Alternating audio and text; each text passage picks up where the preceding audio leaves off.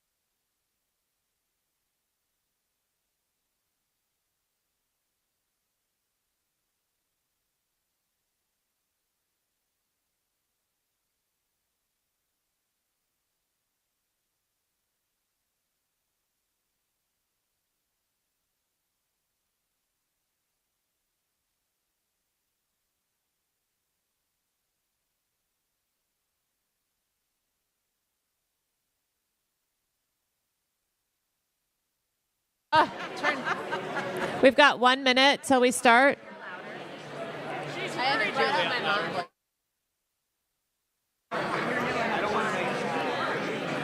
If you guys could take your seats, we're starting in 1 minute. Oh my gosh. Does anybody know how to whistle around here? It's going great. Yeah,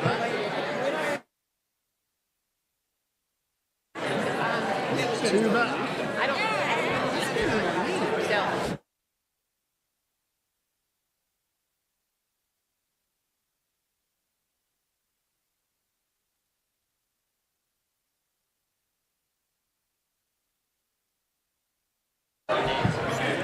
Okay, we're ready to get started.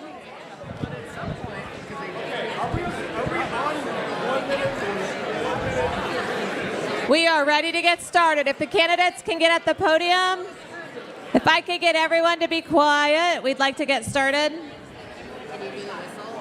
I wish I could do my mom's whistle, but I cannot. So I just need, thank you. Oh, a mom whistle. Good job.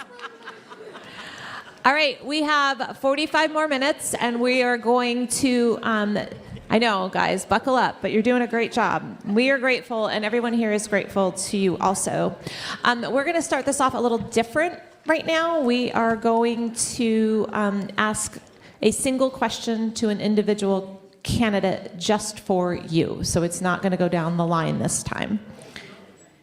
And the first question goes to Mr. Sherman.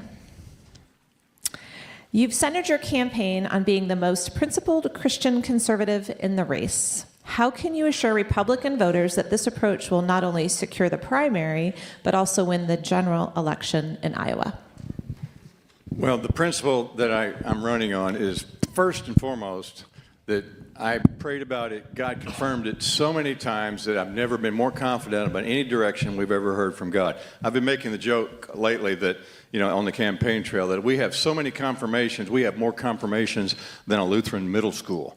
That's the principle I'm running on, is that I know we are all in on this. God told us to do it. But I got in this race first. That's one of the biggest principles. And I got in it because of that, and I'm the only candidate that got in this race because before Governor Reynolds said she wasn't running. Now, I'm not here to trash Governor Reynolds. I'm just saying that's the principle I'm operating on. I didn't get in it because of it as an opportunity. I didn't get in it because maybe now I can move forward. I got in it based on that kind of principle. And so there's probably some more we could talk about, but the clock's running out.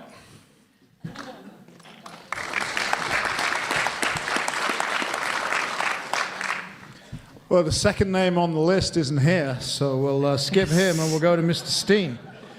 For the past 4 years, you've led Iowa's Department of Administrative Services, a role focused on operations rather than legislative advocacy. How can voters be confident in your ability to effectively collaborate with the state legislature to advance a political agenda? I appreciate that. One of the key elements to my campaign is the fact that I have worked with the legislature for the last 5 years of my career. So part of my role within administrative services was to work with the legislature to create legislation that's going to impact Iowans in a very positive way. So one element of that is when the governor appointed me to the director of DAS, I had to be confirmed by the Senate. And my first appointment, because I was an outsider, because I was a business guy, it was hard for me to get confirmed. The Democrats rose up and they said, this guy, we don't know him, he's bought and paid for. Ultimately got confirmed. I operated for 4 years and then was reappointed by the governor, sent back for confirmation, and the Senate confirmed me 50-0, both Democrats and Republicans.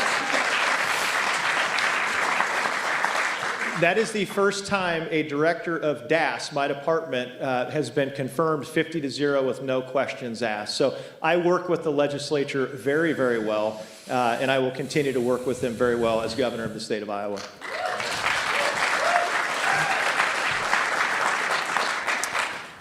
Representative Andrews had a rebuttal to Mr. Sherman.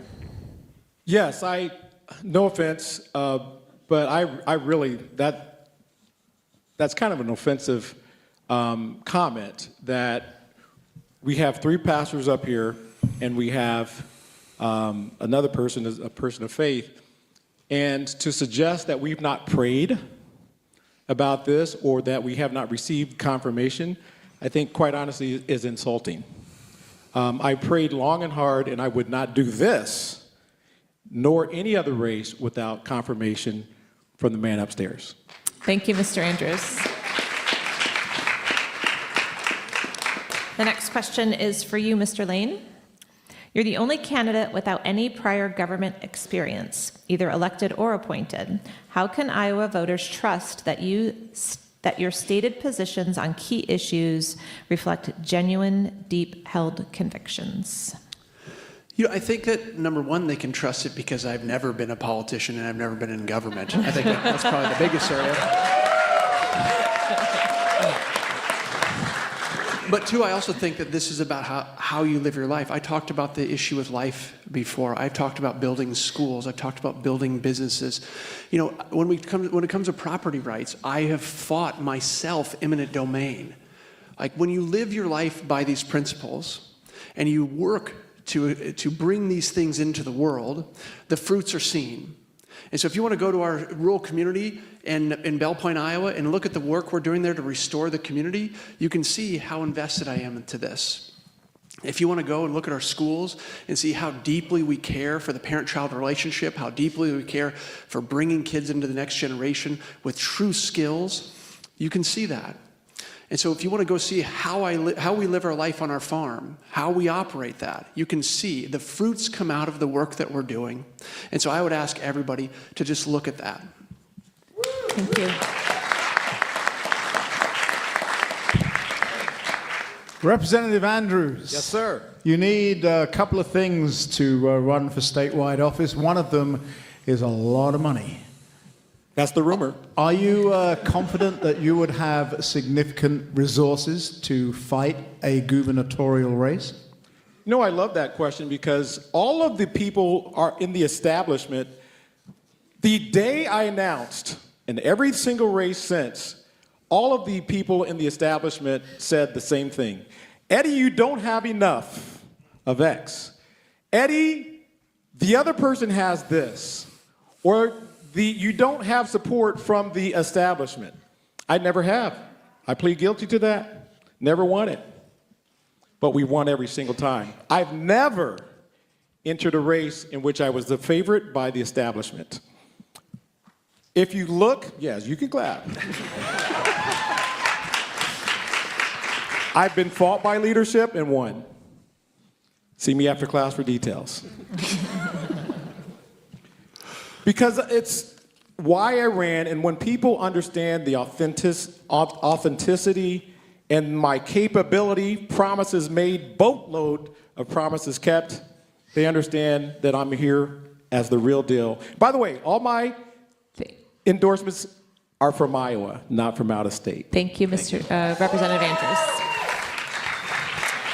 Okay, we're going to go back to everyone answering the same question, and Yes, we're ma'am. going to start with you, Mr. Andrews, again, or Representative Andrews.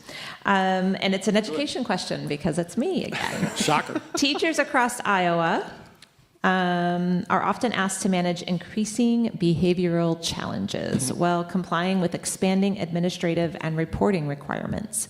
As governor, how would you support teachers in maintaining classroom authority and professional judgment while ensuring policies and administrative requirements do not undermine their ability to teach effectively?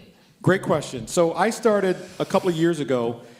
I realized that we hear a lot from school board members and school board candidates and from parents, but we rarely hear from teachers on these educational issues. And so I invited, 10, 15, 20 teachers to the Capitol to talk to legislators. And our mouths dropped for like 2 hours as we heard all the stories. Almost every single woman, except one, I think, mentioned violence. They had been kicked, something. And from that meeting, we started the Teacher Empowerment Bill with the help of Skylar Wheeler and others to set a minimum standard of requirement in each district because some districts didn't have any. They would actually clear the room of the good students in favor and in favor of the troublemaker. And so that's step one. We're going further this session, and as governor, we will make that a significant priority. Thank you. Mr. Steen. I've talked about school choice and how I'm a huge fan of school choice. I'm not anti-public school, however. Our boys go to public school. We love our public school. We love our teachers. What we hate are the requirements that are being forced down upon our teachers that don't allow our teachers to teach. That is a big problem. It also doesn't allow our teachers to discipline. And on this campaign trail, as I've been running around talking, one of the things I've been talking about is the criticality of bringing families back to the dinner table.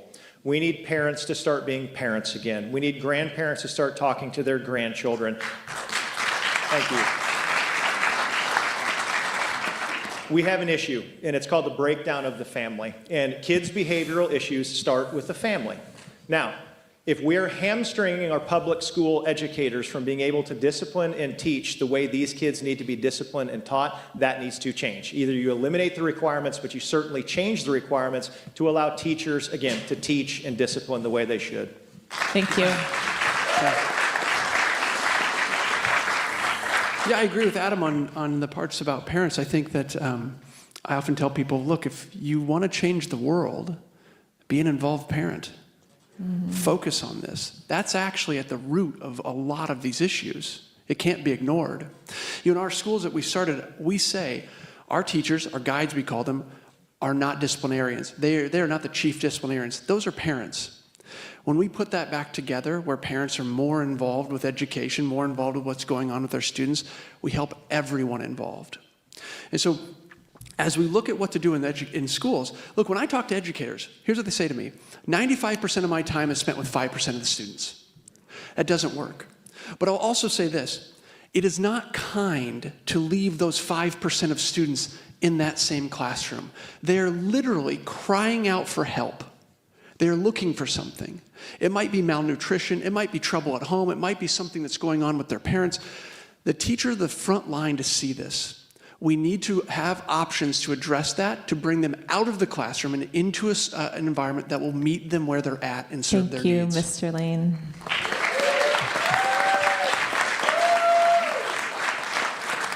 Mr. Sherman. You know, teachers get a bad rap many times because of the problems that we see in education, but we certainly have some teachers that have a good heart and are doing the best they can. But there is a problem of discipline in the schools. I've spoken with teachers who have been bitten, who have bruises, one teacher even had a concussion, and they're told just to let the children act out and do nothing. You know, that's something that we really have to fix. We have to provide separate facilities when children are not acting right.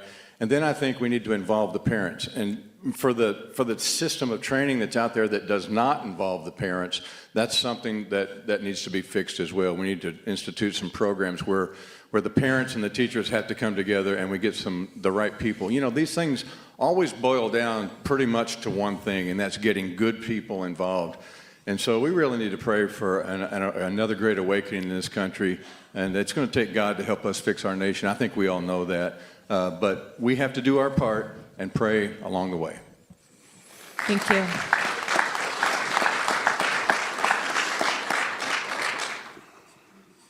Your turn, Simon. Mr. Steen, Iowa family farms are disappearing. They're being bought up by big conglomerates. Many of them are out of state. Many of the people involved have never even set foot in Iowa. How do we stop the bleeding? It's a great question. I'm a free market capitalist by and large. But I do see the issue. I see the problem. I see farms being decimated. I see families not able to row crop anymore, so they're having to innovate and create excavation businesses, dirt work businesses, which is great because that is who we are as Iowans. We innovate. When we see a challenge, we face it head on. We fix it. We get up early, we go to bed late, we get dirty when we fix things. And so at the end of the day, what I would like to see is an alternative that allows a family farmer to rather go to auction and give an outside entity a chance to buy the farm away, that we've got an option. And they can say, hey, we can transfer our legacy farm into the local community. I did that with the state. I was asked to sell thousands of acres of farmland within the state of Iowa. I created a program called Iowans by Iowa, and I took Century Farms, Heritage Farms, the Targeted Small Business Group, and the definition of a active farmer, put it into one program, was able to sell thousands of acres to local farmers right here in Iowa. It can be done, and it works. Mr. Lane. I think what we need to understand is that every time a farm is consolidated, life goes out of our communities. We lose life in our state. 90% of our land mass are farms. 25% are now owned by people who don't live here. And yes, I am very clear that I would like to find a way, a mechanism, to disincentivize that, just like Ron DeSantis is talking about doing in Florida, just like the governor of Montana is doing, where his state's being treated like a playground for the rich and the elite. We have a problem here because the land in our state belongs in the hands of the people in our state. And if I have to raise property taxes or create a new type of property to disincentivize this enough to give our kids a chance, I'm going to do it every day of the week. Because we will not restore the promise of Iowa. There's no way without our rural communities and our family farms. There's a giant vacuum sound going out of our state. We're being extracted from. And the 10th Amendment says we get to choose how we want to live as a state. And these are things that I'd like to do. Mr. Sherman. You know, Iowa is agriculture, and restoring the family farm has been something that's on my mind for this entire campaign. You know, we need to find a way to break up these big corporate entities. You know, Chapter 9 of the Iowa Code, 9H and 9I, that 9H deals with big corporate entities that own too much land. There's limits on that. I'm seeking to trying to find the time to do the research to see if that's been enforced properly. And then, of course, Chapter 9I deals with with international ownership, and that's another issue too. Sometimes we have farms being owned by international corporations that through shell companies. It's supposed to be against the law, but these are things that we really need to enforce. And so we need to enforce those laws. It's very important that we do that. Another thing that we can do is restore the soil. There's a phrase going through my mind: if we can heal the soil, we will heal Iowa. Farms can operate on much smaller acreages if they farm in the regenerative fashion and rebuild the soil. Thank you. We have a rebuttal. I just want to say to Brad about this, one, healing soil is exactly right. You brought up 9H and 9I. Robert Ray signed those laws into effect to protect family farms in the 1970s. They were anti-corporate farming laws. Who owns land? We were sued on that in the early 2000s. And then Tom Miller entered a consent decree that said, we're not going to enforce these laws anymore against corporate farming as long as you donate this money to this organization. Those expired, and I recently learned that our Attorney General has re-upped those agreements. We have got to protect our family farms, and I'm so glad you brought those up. Thank you, Mr. Lane. Representative Andrews. Sorry? Yes, sir. No, I missed what you said. I'm sorry? Could you repeat the question? Oh, yes. Yes. I'm sorry. We're losing family farms here in Iowa to big corporations. How do we stop that bleed? Well, I like what was already said, and I will just, rather than reiterate a lot of that, I will just add a couple more things.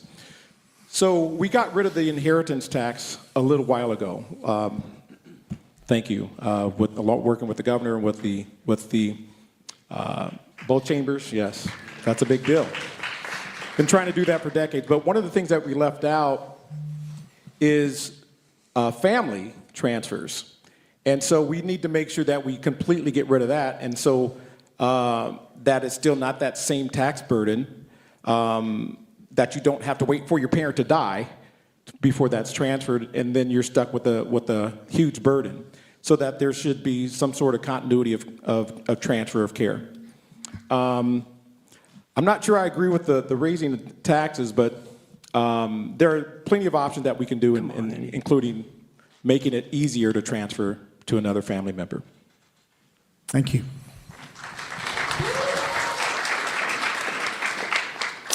The next question is an audience question that came in on break that we are taking.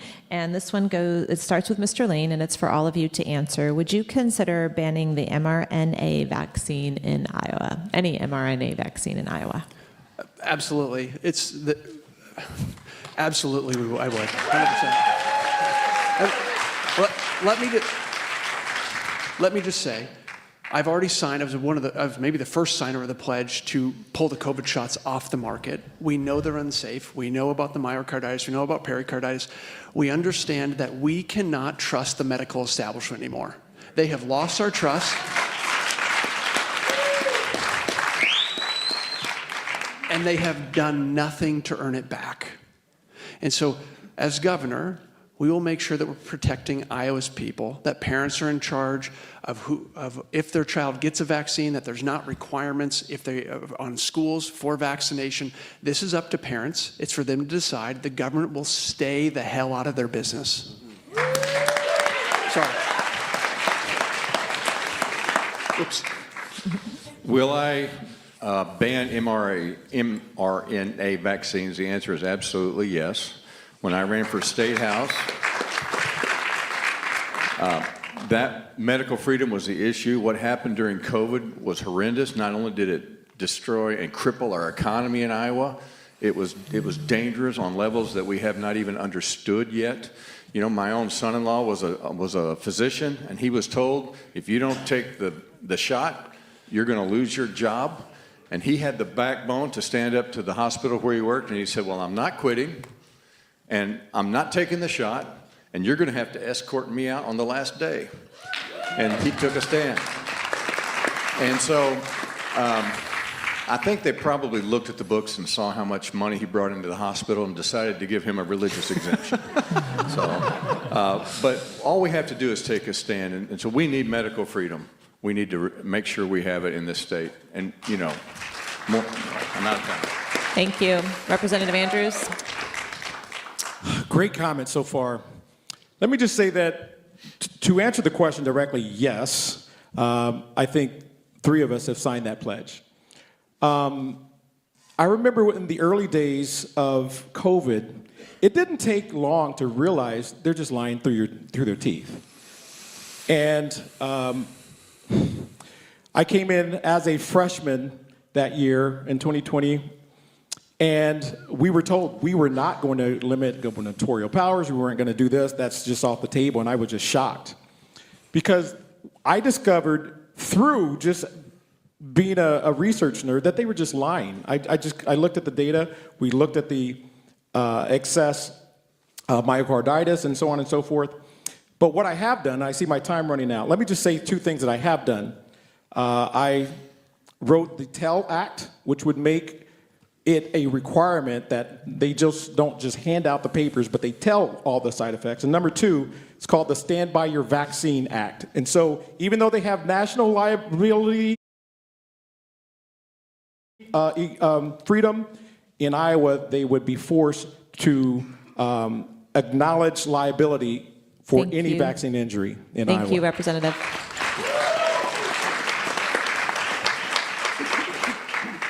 Mr. Steen. I mentioned that my father passed away 3.5 years ago. He was healthy as a horse.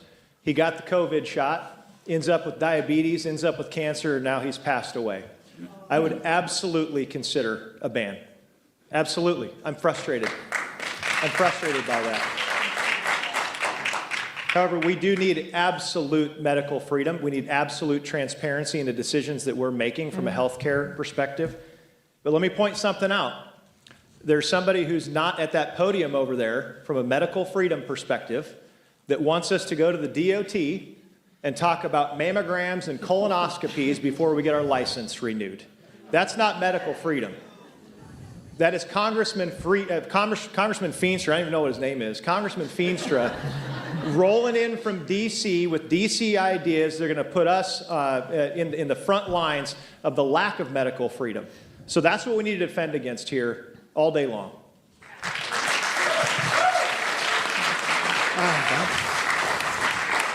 First. Okay, Mr. Sherman, I wasn't actually going to go here, but I think I am now. What do you think about the fact that the congressman is not on this stage?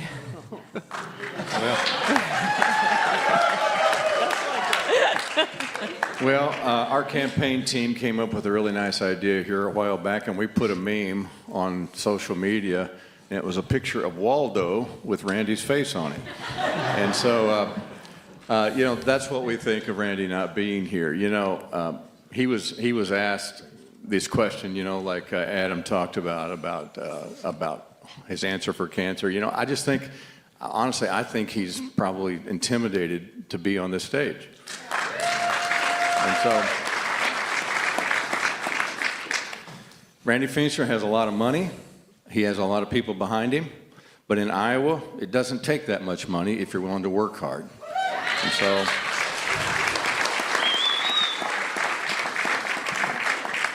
I was going to save this for my closing comments, but tomorrow night, we will hit all 99 counties, and we will have 263 meetings, and we will have driven 40,000 miles. Nobody's going to work harder in the grassroots than we are. Representative Andrews, what do you think about the fact that there is nobody to your right? Okay, you guys know me.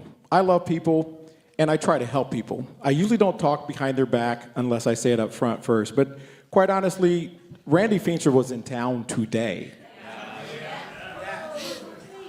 Can I say this as a minister? I'm not trying to cuss, but it's like throwing a middle finger at all of you. He didn't care. And so, his goal, I can't go into his his psyche, but it sounds like he thinks he has enough money, enough name recognition. He doesn't need to campaign like Joe Biden did in 2020 or whatever that year was. I think every Iowan should look at that. If they can't be here now, they're not going to be there for you if you nominate them. My nickname is Everywhere Eddie because I am everywhere now. I started later than my colleague, but Chuck Grassley said, Eddie, you're doing this twice as fast as anybody else on the 99 County Tour. Why don't you just call it the Fast Eddie? Yes. Thank you. Thank you, Representative. Mr. Steen. Simon, when the Ian Roberts scandal broke, I was on your show and we were appalled. And that turned into social media gold for our campaign. Tim Walz is social media gold for our campaign. The new Virginia governor is social media gold for our campaign. But there's a problem. That is happening in this country. And it's evil. And that evil is trying to creep into the state of Iowa and flip us from red to blue. So when you look at somebody like Randy Feenstra in his absence, in his inability and unwillingness to talk to the taxpayers, to talk to people that are making decisions, that puts our state at risk. We are at risk of a Randy Feenstra, Rob Sand candidacy, and I'm telling you right now, I tried to work with Rob Sand for 5 years. I tried to sit across from him for 5 years. He didn't show up for meetings, and what he says out on social media is not true. And if Feenstra is the candidate, Rob Sand's your next governor, and we are toast as a state. Thank you.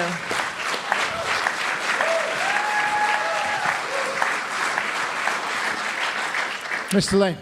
Yeah, I'm going to take this a bit of a different direction. I actually don't know or think that Randy Feenstra is actually afraid to be up here. I don't know that.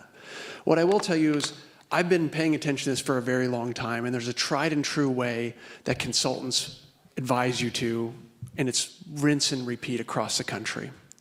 It's that if you can get enough money with the establishment candidate, you can avoid doing all of these things. And here's why. You can go to all 99 counties in the state. There might be 100 activists in each of those counties. That's 10,000 people. 200,000 people are going to vote in the Republican primary. So who's talking to the other 190,000 people? It's the person that has the money. I put $2 million of my own money into this campaign. I've raised $400,000 this month. And I know that that's actually what they look at when they say, who is the threat here? Because they understand. The difference is, though, I'm one of you. I'm a conservative. I've protested Planned Parenthood. I've written for Glenn Beck's magazine. I've ran campaigns. I've been involved in this fight my entire adult life. I'm here to give us a shot. Thank you.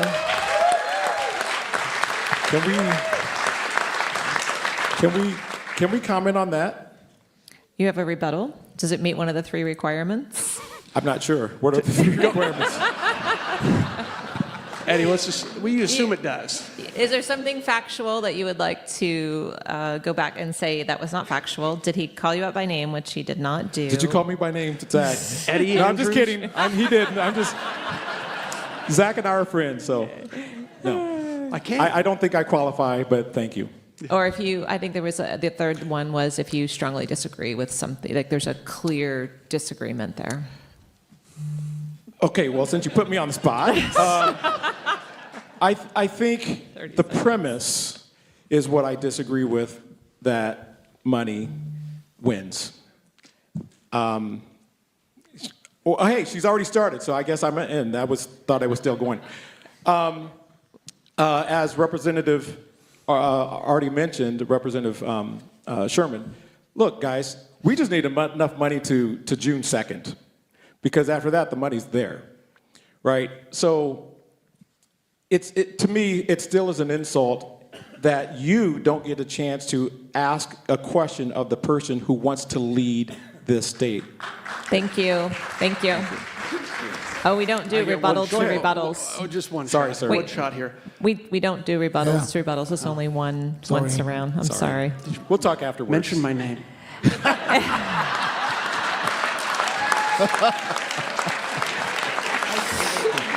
You can't outsmart moms, just so you know. Hey, let's Just make a so deal. you Let's know. mention each other's name.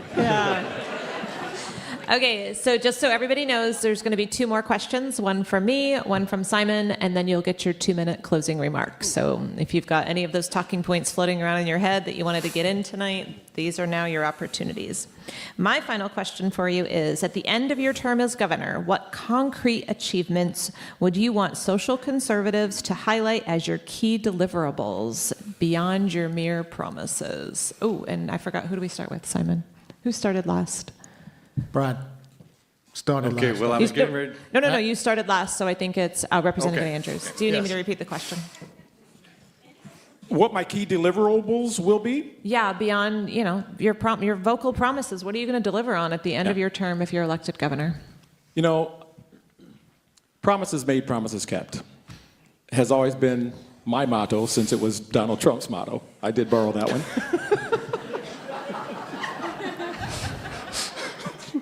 But I say that with all sincerity, that if you look at all of us, I think,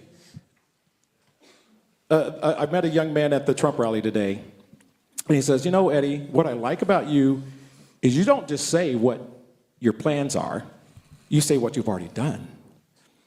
Promises made, promise, and a boatload of promises kept. So the first thing I would say is getting Iowa education back to number 1.